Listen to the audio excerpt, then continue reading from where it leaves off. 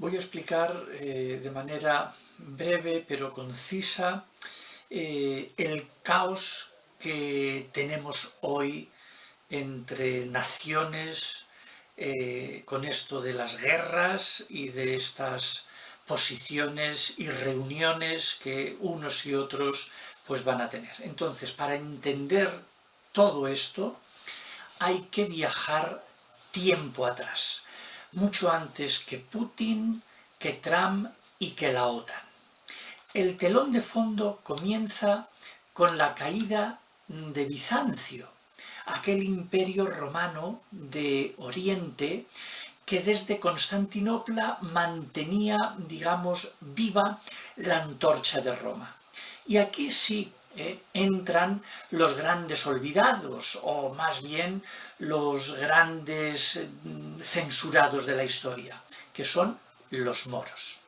El imperio otomano, musulmán hasta la médula, fue quien sestó el golpe final en el año 1453. Así que la media luna sustituyó a la cruz y con ello Europa perdió no solo una ciudad, sino la muralla que frenaba el avance islámico hacia el occidente. Los europeos de hoy lo olvidan o ni siquiera lo saben, pero aquel día comenzó un reordenamiento del poder cristiano que todavía condiciona la política global. El Imperio Romano, ya sin Constantinopla, trasladó su herencia política y espiritual a Kiev, a lo que hoy es Ucrania, la capital, a Kiev. Y tras invasiones y vaivenes históricos, se traslada al final ese, digamos, poder o esa herencia política y espiritual a Moscú. Así nació la idea de Moscú como la tercera Roma. La primera fue la original, Roma, la segunda Bizancio, y ahora la capital rusa se ve como la heredera legítima de la cristiandad ortodoxa. Otro punto. Por eso, aunque las crónicas modernas prefieren hablar de geopolítica, el fondo es más bien religioso y teológico. Europa occidental, marcada por la catolicidad romana y después por el protestantismo, mira a Rusia como si fuese una especie de prima incómoda. Es la misma familia cristiana, pero de rito y de autoridad distintos. No es sólo un desacuerdo litúrgico, o ritual, es un choque de visiones del mundo, de estructuras de poder y de alianzas históricas. Europa, ciega de sí misma, a la cual llamo yo coño de la Bernarda, sigue creyendo en esos valores universales y sigue creyendo que son realmente universales. Pero Rusia, mientras tanto, ve su identidad ligada a la ortodoxia y a un pasado imperial que no reconoce fronteras dictadas desde Bruselas o Washington. Este pulso de siglos rara vez se menciona en los titulares, porque admitirlo sería reconocer que la política internacional no es sólo economía y petróleo, sino que también es dogmas, credos y religión. Otro punto. Tras la caída de la Unión Soviética, muchos en Occidente se frotaron las manos creyendo que Rusia se integraría dócilmente al club europeo.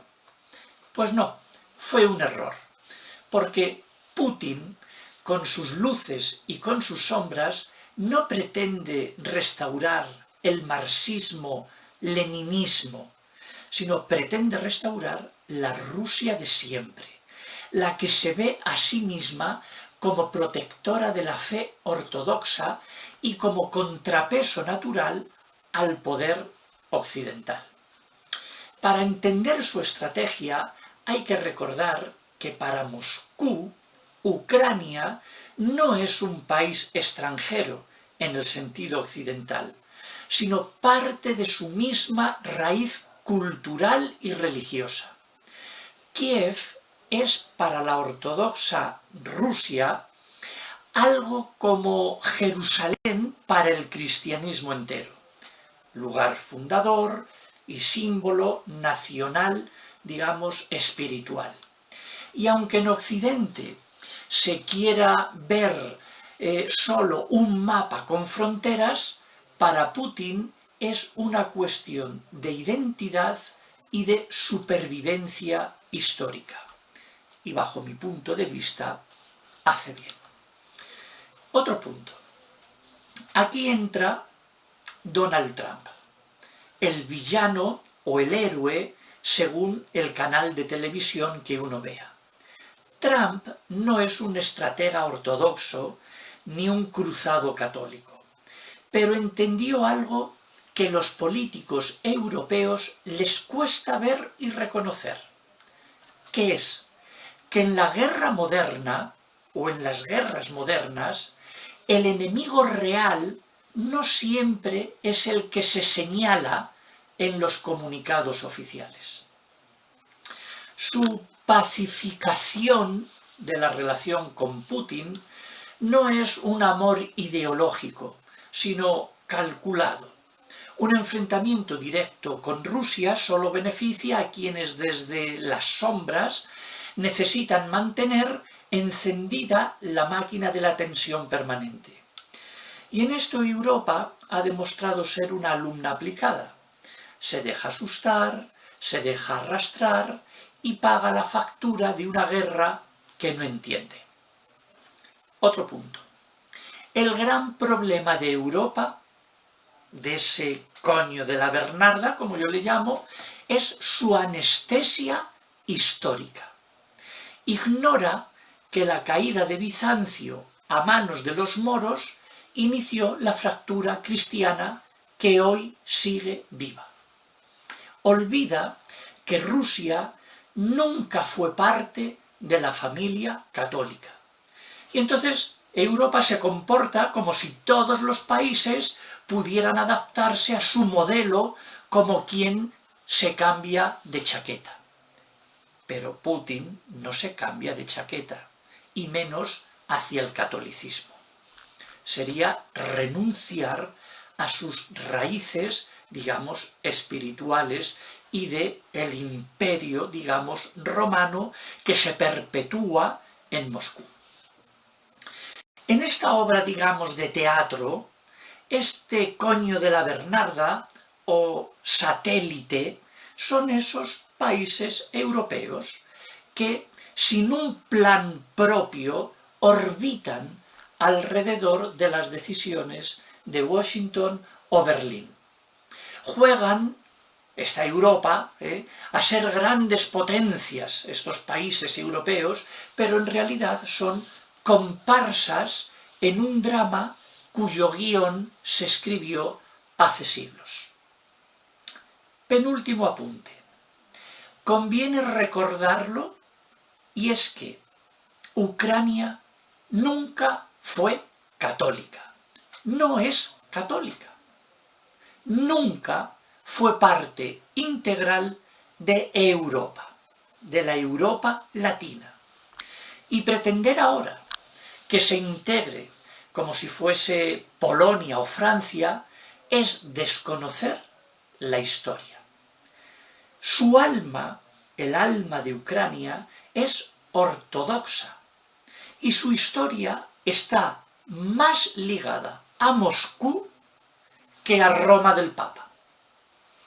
Y si hoy se agita la bandera de la democracia como llave mágica para europeizar Ucrania, no es por amor a su pueblo, sino porque sirve de peón en el tablero de poder. Y concluyendo, en resumidas cuentas, lo que hoy se vive no es simplemente una disputa territorial, es el eco de una guerra espiritual y cultural que comenzó con el avance musulmán y con la caída de Bizancio, que siguió con el traslado de la Roma cristiana a Moscú, y que ahora todo esto se camufla bajo discursos de libertad y de derechos humanos. Putin no es un santo. Trump no es un mesías. Pero la caricatura simplona que pinta a Rusia como el malo de la película y a Europa como la víctima es una mentira incómoda para todos. Y además que es una mentira que se vuelve cómoda para muchos. La verdad es que Europa se ha convertido en una marioneta sin memoria, un coño de la Bernarda donde todo el mundo mete y saca. Y los hilos los mueven intereses que nada tienen que ver ni con la paz ni con la historia real. Por lo tanto, yo pido que se estudie más historia, que se conozcan nuestras raíces de fondo y que, por favor, se deje de reverenciar a aquellas personas que quieren destruir la identidad, el ser y los fundamentos históricos de las naciones, de esta nación y de Europa.